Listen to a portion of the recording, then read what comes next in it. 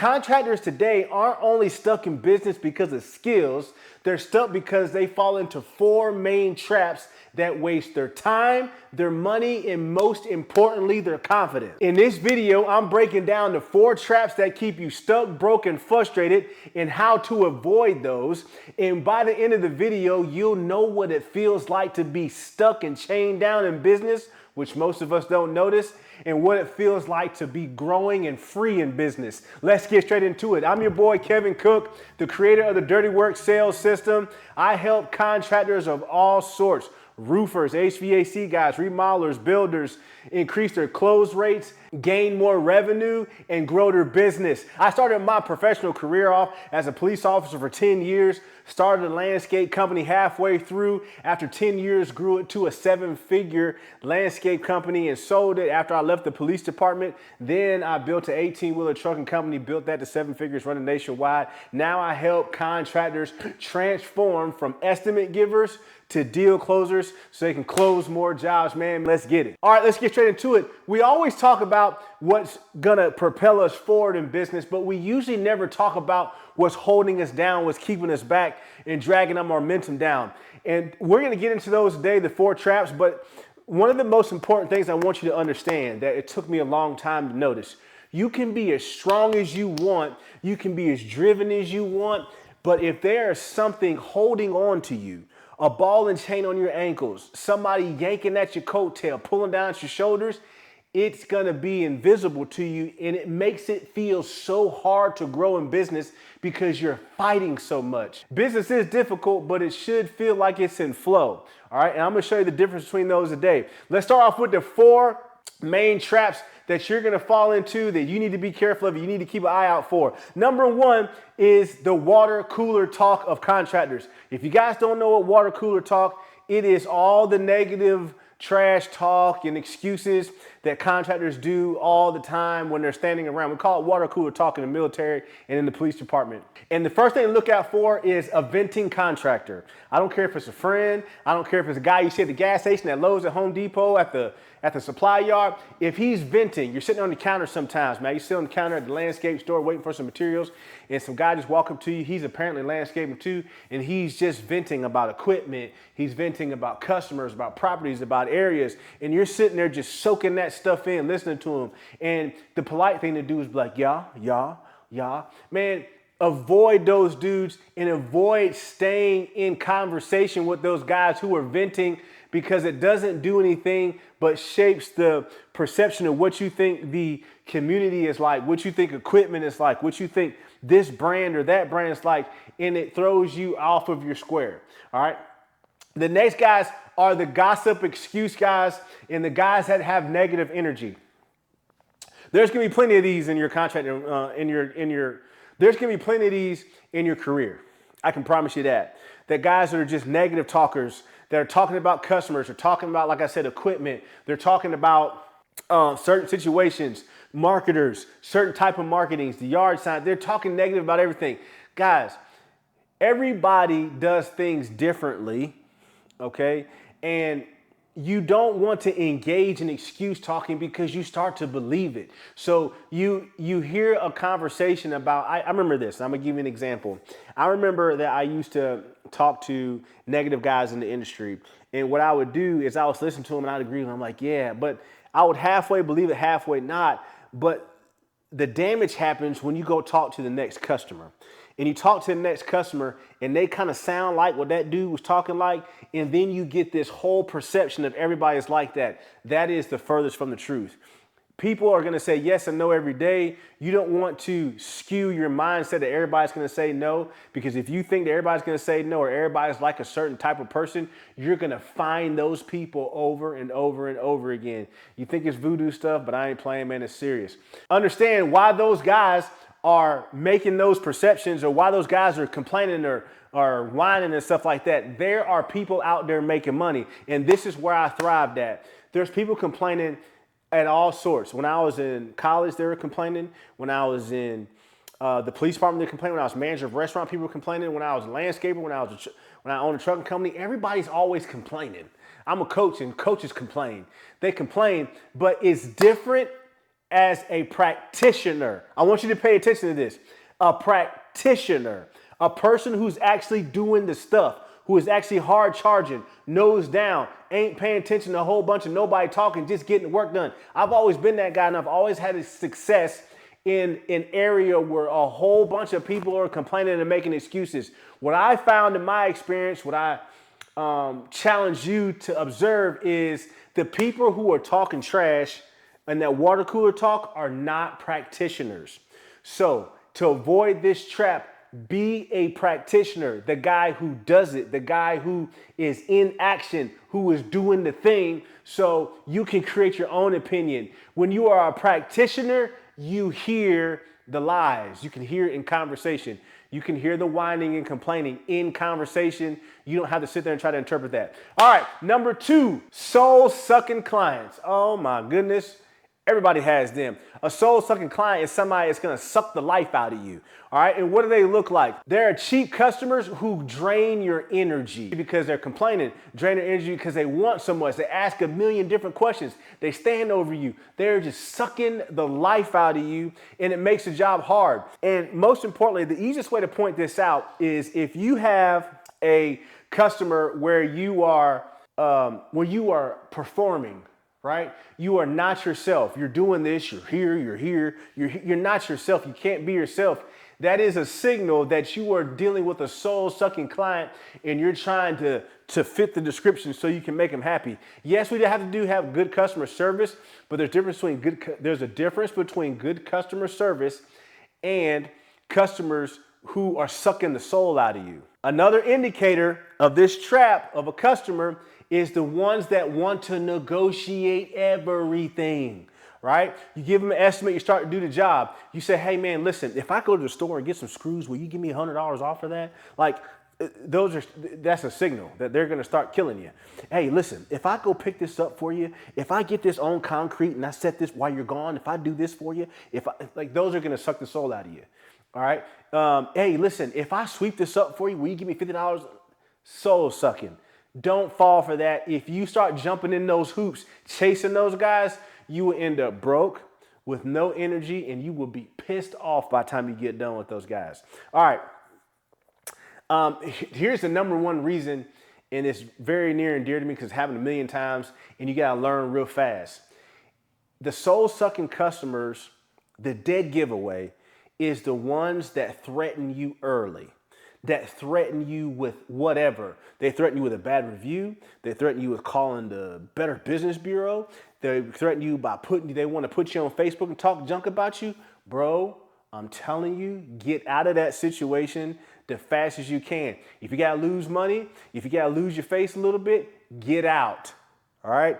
Because whatever hoop you're jumping through to stop them from doing that, you have to stop and think, that are they telling you that because you're doing a terrible job? Or are they telling you that because they are trying to wrench your hand up behind your back because they want you to do something for them? Most of the time, it's the second option. They're trying to wrench your hand up behind your back so you can do something. Now, you got to be a very straightforward person and do good work. But if they're trying to wrench your hand up behind your back because they want you to perform, man, get out of that situation. The best thing to do is say no and just take your licks. If they're taking there to sue you, man, try your best to get out of that situation. All right, number 3, the ball and chain partners in business. Anybody who wants to get in business of you, that is 9 times out of 10 it's a trap. Especially if you are not making over a certain amount of money. If you're not making 7 figures or multiple 7 figures and you don't have a good business acumen, a good business sense, man, do it by yourself. Do it by yourself. And business owners come to me all the time, contractors and some local business owners, and we have a conversation. And some of the guys say, man, look, if I just had a guy, a partner, man, help me out, need some help. I'm like, well, what do you need help doing? It's like one of the guys I was talking to the other day was telling me that he needed help. And I said, what kind of help you need? And he was like, well, if somebody can invest in my company and buy some stuff. I'm like, what's the stuff? And he's like, well, if you can buy, like if I can get a camera and I can get like a drone or something like that, man, that'll really blow my business up. I was like, so you want somebody to invest in you for about $4 or $5 grand? Like, bro, you can hustle for that. You don't need nobody to help you do that. The minute you call somebody in to give you 4 or 5 grand, bro, the guy that's making 50 grand a month is gonna look at you like, oh, I got this. Let me get this dude. I can take control of this situation. And a lot of guys are doing that. Not everybody's like that, but 9 times out of 10, man, if you know people, they are. So the ball and chain partners and what to be aware of. This is very, very important.